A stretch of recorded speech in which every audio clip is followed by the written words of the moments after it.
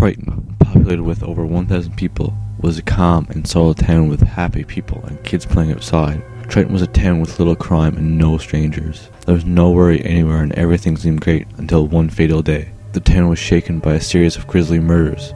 A boy crucified, a priest decapitated, another priest slain, a nurse slaughtered. All bear the zodiac mark of the Gemini killer.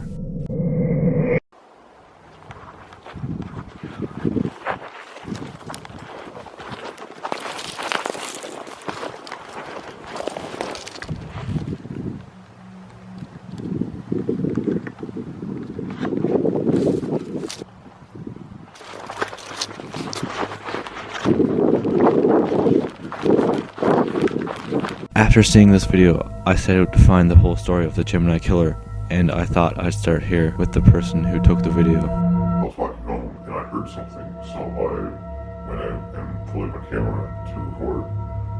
I seen a man in a hood dragging on a kid to a crucifix.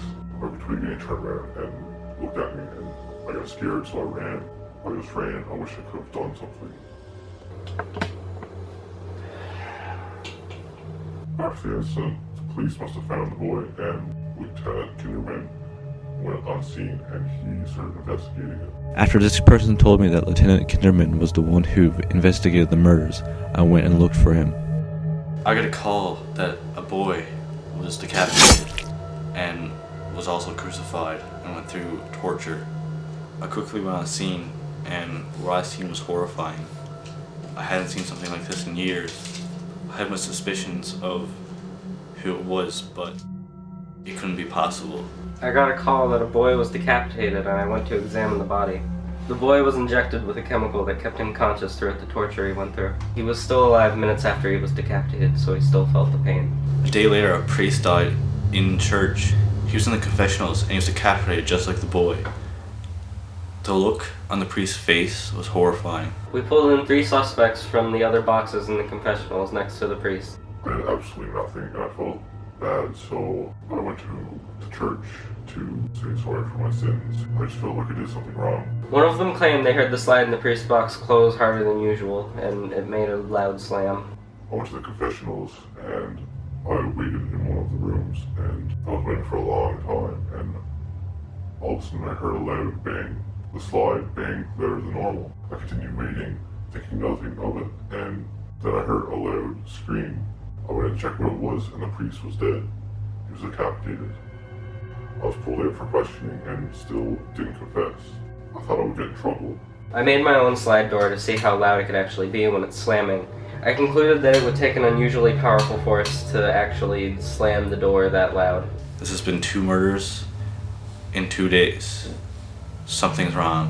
While investigating on the murder of the priest, my colleague, Atkins, he came and informed me that the boy was conscious through it all. The poor boy felt extreme amounts of pain. He could feel all this torture, but it was frozen, paralyzed, couldn't do anything. Another day went past and everything seemed fine, but I was still hard to work to see who the killer was. I told my friend Dyer about the death of a priest, because he is also a priest. Dyer had a heart attack. He was in the hospital. I went to the hospital and everything seemed fine until the day after. I was informed that Dyer was also decapitated, and he was decapitated in his hospital room. I thought these first 2 were 2 different killers, but I knew this time it had to be the same killer.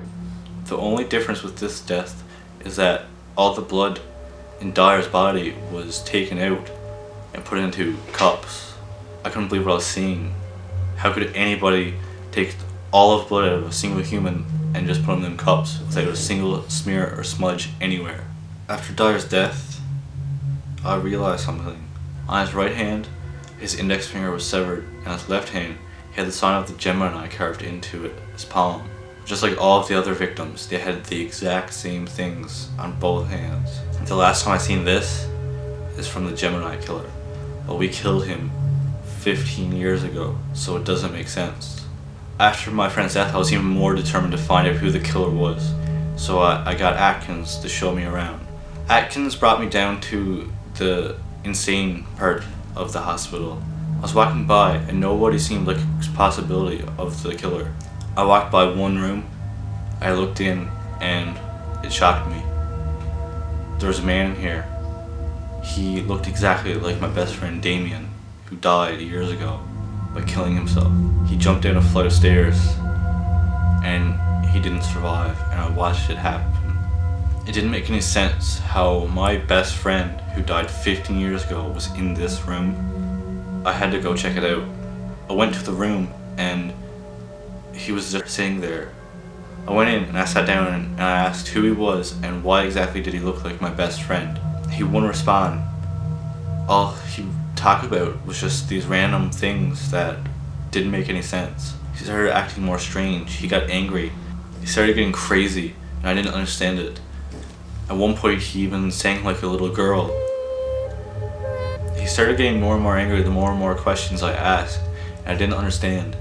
He said if I didn't tell the newspapers about him, that my family would be in trouble, but I didn't do anything. He eventually started getting crazy, and I had to push him back, and then he got knocked out all of a sudden. Something weird I noticed is that Patient X's brainwave activity shot all the way up when he was unconscious. I left and went upstairs to a nurse and told her what happened. I also had a cut on my hand, so I got her to fix it. I went to see Patient X again, and this time he was really quiet. He didn't say much. All he said was that if I didn't put him in the newspapers, my family would be in trouble. The next night, somebody else was murdered. A nurse.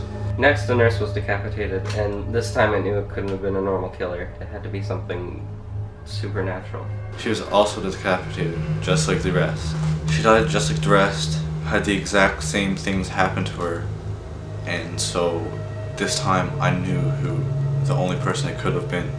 I talked to Kinderman, and he had a suspicion that Patient X was the murderer. Something happened. Something that Patient X said made me realize something. Something is going to happen to my family, and I had to act quick. Kinderman felt like something bad was going to happen, so he put me in a police car and raced to his house. I thought something had happened horrible to my family, but I had to be sure that they were okay. I ran inside my house, and everything seemed okay, but there was a nurse sitting in my living room that I've never seen before. My wife just told me that she doesn't remember why she's here or where she is. I just sat, tried to figure out what was happening. When I looked over at my daughter, the nurse pulled out a large pair of scissors of what it looked like and put it around my daughter's neck. I reacted quick and pushed her off. She fell back, but she fell back extremely slowly and made a weird noise. It sounded strange. It sounded like she could have been possessed by something. I had to end this. I had to take Patient X out. I went to research about demons to see what I was up against. I pulled out a book, and it had an interesting passage. It said, "And Jesus asked the man, 'What is your name?'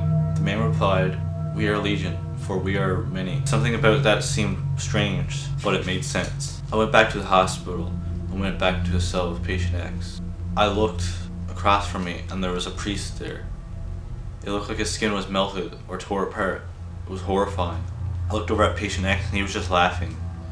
I was just going to do it now. I pulled out my gun and pointed towards him and said goodbye. But before I could pull the trigger, he picked me up and threw me across the room and stuck me on the wall. I shouted at him over and over for him to stop and said many things. But one thing made him stop. I said I believed in him. That made him scared. That made him realize something. I fell to the ground and I reached for my gun. I pointed at his head, but it was pushed away again. I called for Damien. I told him I know he's still here. I told him to come out. I told him to take power. He eventually took power and took control of Patient X. He told me I had to finish it and I had to do it now. I picked up my gun and pointed towards his head and said goodbye one last time. I pulled the trigger. The bullet went right through his head and he was dead. This is finally over. Patient X is dead and Damien is free. This has ended. After Kinderman killed Patient X, Triton became less worried.